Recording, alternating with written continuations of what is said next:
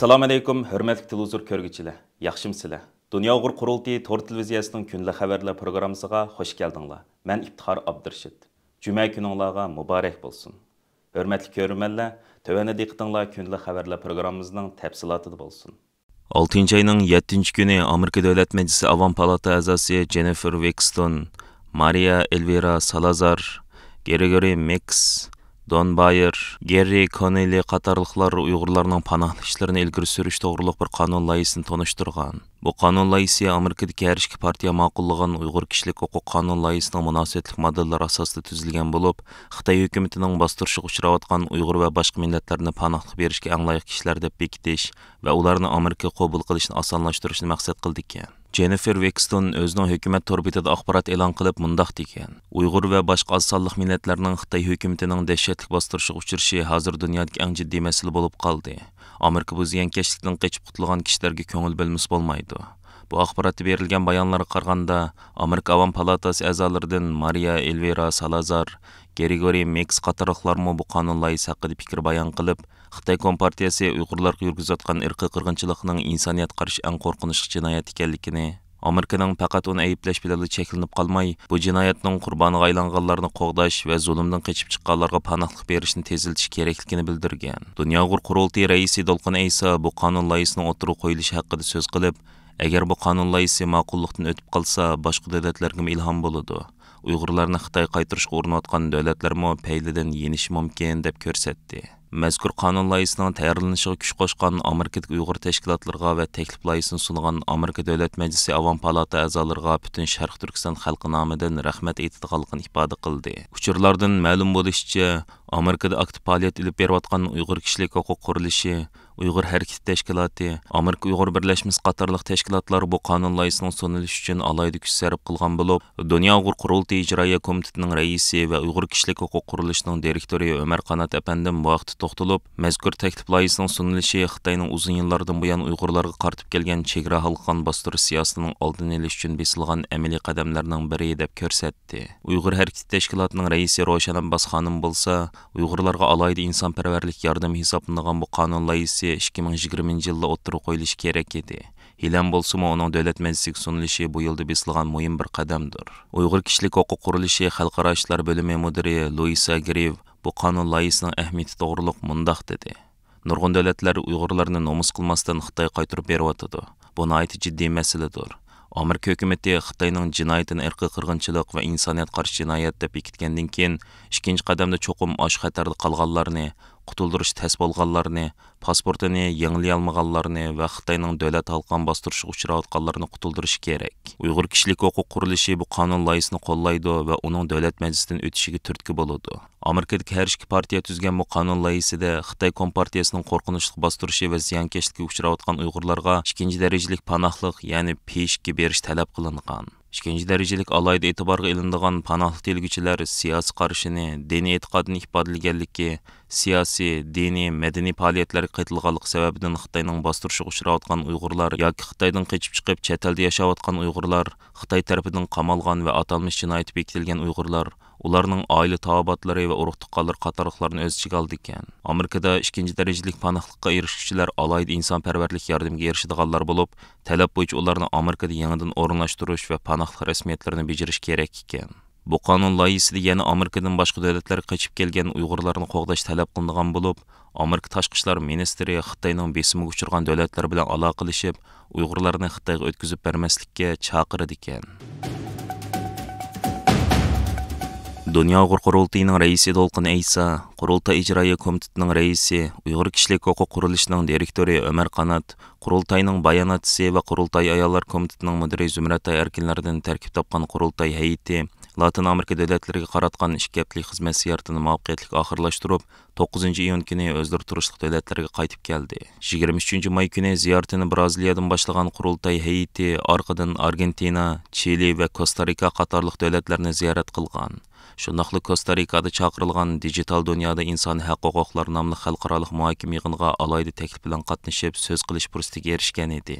7 iyun kuni Kosta-Rikaning poytaxti San Jose shahridan stansimizning Uyg'ur ovoz suhbat programmasiga qatnashgan Ömer Qanat apandim qurultay heyetining bu qitim Latin Amerika davlatlariga qaratgan ziyaratiga qisqacha baho berib mundaq dedi. Hurmatli Ömer Qanat apandim, qurultay heyetining bu qitim Braziliya, Argentina, Chili va Kosta-Rika qatorliq 4 Latin Amerika davlatida ilib borgan ziyaratiga umum jihatdan qanday baho bersiz? Rahmat, umum jihatdan bu nayti yaxshi baho berma albatta, chunki bu bizniki bu ziyorat haqiqatan biz kutgandimmi g'albilik bir ziyorat bo'ldi. Bu qitim biz Latin Amerika davlatlariga va Kosta-Rikaga qaratgan ziyoratimizni nayti g'albilik bir ziyorat bo'ldi deb qarayman. Chunki biz bu ziyoratimiz jarayonida o'zimiz hatto taxmin qilmagan balki u yerlarga u nimalarga bu muvaffaqiyatlarni qo'lga keltirolmaymiz degan nima deydik. Lekin bu yerga kelgandan keyin uchrashishlar jarayonida ilib borgan faoliyatlarimizda bu biz hatto biz kutgandimmi texmo g'albilik bir ziyorat bo'ldi deb qarayman. Chunki biz o maqsadlarimizga bu yerda yetdik. Birinchi maqsadimiz bizningki bu yerdagi hukumat xodimlari bilan uchrashdi, tashqi ishlar ministrliklari bilan uchrashdi, u yerga berib hozirgacha masalan bu maydon bo'sh qolgan gap. Shuning Xitoy hukumati o'zininki tashviqotini erkin ozodi hech qanday to'salg'usiz, hech qanday uningga qarshilik bildiradigan adam yo'q. Xotirjam ilib borgan gap, ularga nimani xohlagan bo'lsa, shuni degan gap, shu materiallarni taqdim qilgan gap hukumat xodimlariga. Biz kelgandan keyin albatta biz ularningki haqiqiy ularga vaziyatning nima bo'lganligi, haqiqiy vaziyatning nimadan iborat bo'lganligini, Xitoy hukumatiningki niyatining nima bo'lganligini, buni nayt dalillar, isbotlar bilan o'tirib qo'ydik. Xitoy hukumati o'zininki hujjatlar, pash bo'lgan hujjatlarni, uningdagi tadqiqotchilarningki ilib borgan tadqiqotlarini, o'zimizning dokladlarini, bularning hammasini o'tirib qo'ygandan keyin bu yerda bularning ko'z qarashidami ba'zi o'zgarishlar bo'ldi. Biz kelishdan burun albatta bu Latin Amerika davlatlarininki Xitoy bilan bo'lgan iqtisodiy va siyosiy munosabatlarining nayt kuchli bo'lganligi va uning uchun balki bizningki bu yerdagi so'zlarimizni bular anchalar anglab ketmaydiganligi haqida ba'zi so'z cho'chaklar bo'lgan. Lekin kelgandan keyin ko'rdikki bu davlatlar ninki maydonlari maydoni, yani mustaqil maydonda turimiz deydikan bu davlatlar Xitoyning gapini anglab ketmaydikan, boshqa davlatlarning gapini anglab ketmaydikan. Ular bilan shunda kelib yuz surani ko'rishib, ularga haqiqiy vaziyatni anglatgandan keyin shuningga qarab o'zininki maydonini aniqlaydikan, shuning aniq bir maydonda turadikan. Shuningga bu ziyoratimiz jarayonida bayan deyip de o'tganimdek tashqi ishlar ministrligininki yuqori darajali xodimlari bilan kurashdik. Braziliyada bo'lsin, Argentinada bo'lsin, uningdan kelsa bu parlament a'zolari bilan kurashdik. Burunqi siyosatchilar bilan kurashdik. Eng muhimi bu yerda bu kishilik huquq tashkilotlari, ommaviy tashkilotlarninki kuchi nayta ko'pkan, bu yerda nayta ta'siri nayta cho'nka. U ommaviy tashkilotlarninki Meşedeki en faaliyet ilip beriyotgan xalqaroliq bo'lsin, milliy bo'lsin, mesela Argentina, Braziliya, Chile'deki ommaviy tashkilotlarning vakillari bilan ko'rishdik va ular bilan yaxshi suhbatlarni qiladigan ishlar haqidagi planlarimizni, uningdagi ularningki qanday bu faoliyatlarni qanday ilib borsak, bu yerda texmo g'albilik faoliyat ilib bora oladiganligimiz haqida ularning fikrini angladik. Uningdan keyin bu hukumatga, parlament a'zolariga, siyosatchilarga qanday muomala qilish, qanday ularga nima deyish haqida ularningki yaxshi tavsiyalari, yaxshi takliflari bo'ldi.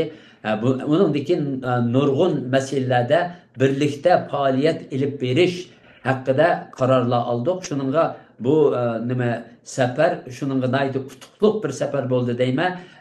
Bu safarning qutuqliq bo'lgani yana Xitoy hukumatini shu rahatsiz qilganligi, Xitoy hukumatiningki buningga chidamay bu bizni raisimiz Dolqin Aysoni qaralab, bizning ziyoratni qaralab, Uyg'urlarning yolg'on so'zlayotganligini deb Xitoy elchilarininki matbuotlarda bayonotlar e'lon qilishi bu safarimizningki qanchalik natijali bo'lganligining bir isboti deb qarayman.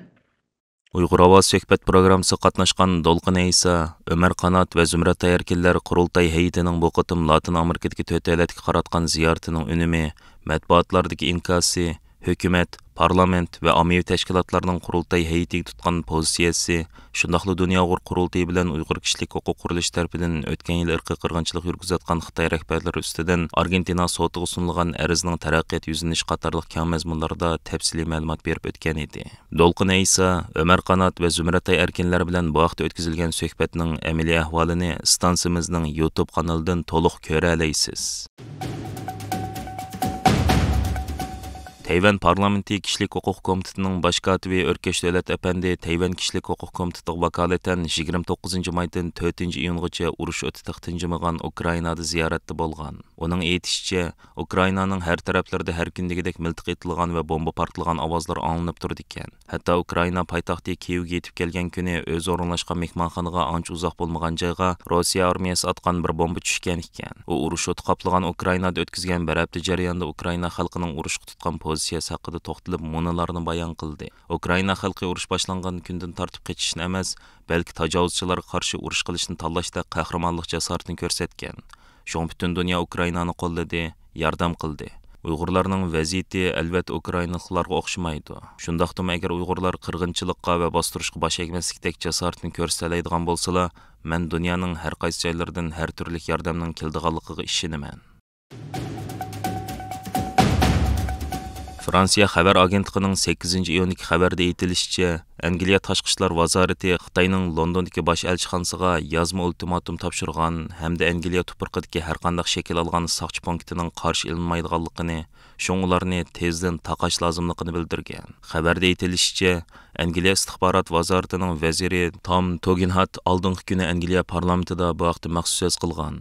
U bu haqda to'xtalib, biz tilg'inilgan nuqtalarni bir-birlab tekshirdik. Ammo bu punktlarning hozircha Xitoy uchun biror qonunsiz harakatda bo'lganligini bayqamadik. Ammo bu punktlar bizning ijozatimiz bo'lmagan ahvolda qurilganligi uchun Xitoydan qochib chiqqan kishilar uchun bir turlik tahdidga aylanib qolgan degan. Xabarda aytilishicha, aprelda Xitoy savdogar Len Ruyu Londonda tomoq to'sh shirkati qurgan bo'lib, keyin bu shirkatning oshxo'ldagi soqchi punktlarining biri ikkalik pash bo'lgan. Ammo Xitoy hukumatı buni inkor qilib, buni butunlay to'kmat deb turib olgan. Xitoy hukumatining josuslik qilmishlari yaqindan buyon Angliya tavasida ko'plab bayqalgan bo'lib, buningga qarshi tadbir sifatida yaqindan buyon Xitoydan import qilingan kuzatish kameralarini sökib tashlashga boshlagan. Politico gazetining 7-iyundagi xabarda aytilishicha, Angliya hukumati shu kundan boshlab hukumat ish binosi tavasidagi Xitoydan import qilingan barliq kuzatish kameralarini sökib tashlash haqida buyruq tushirgan. Buningga masalda Angliyadagi ko'plagan dangliq savdo saroylarimi bexatarlik masalasini ko'z tutib, Xitoydan import qilingan kuzatish kameralarini sökib elib etgan. Hörmətli görürmənlər, yuqorida diqqətinizə günlük xəbərlər proqramımızın təfsilatını sunduq. Keyin qitimliq sanımızgacha görüşkiç aman bolğaysızlar. Stansiyamızın YouTube kanalına əza bo'lishni unutmang. Xeyr xoş.